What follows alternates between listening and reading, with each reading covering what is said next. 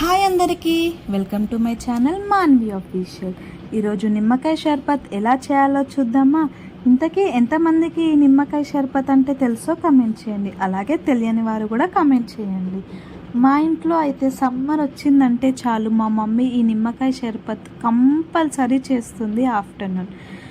నిమ్మకాయ షర్బత్ చాలా simple and easy and tasty. ముందుగా గిన్నెలో మనకి ఎంత క్వాంటిటీ కావాలంటే అంత క్వాంటిటీ కూల్ వాటర్ని తీసుకోవాలి. అందులో కట్ చేసిన లెమన్ని బాగా పిండుకోవాలి.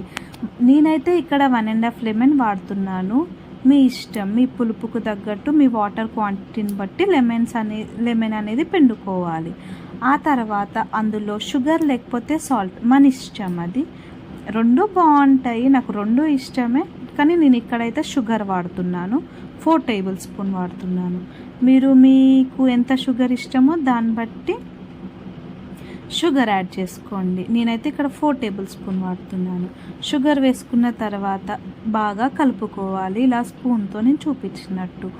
ఒకవేళ స్పూన్తో జల్దీ కరగట్లేదు అనుకోండి, నేను చూపించినట్టు ఇక్కడ గిన్నెలో నుంచి చెంబులోకి, చెంబులో నుంచి గిన్నెలోకి ఇలా వడకట్టుకోవాలి. ఇలా చేయడం వల్ల చాలా జల్దీ చక్కెర అనేది బాగా కరుగుతుంది.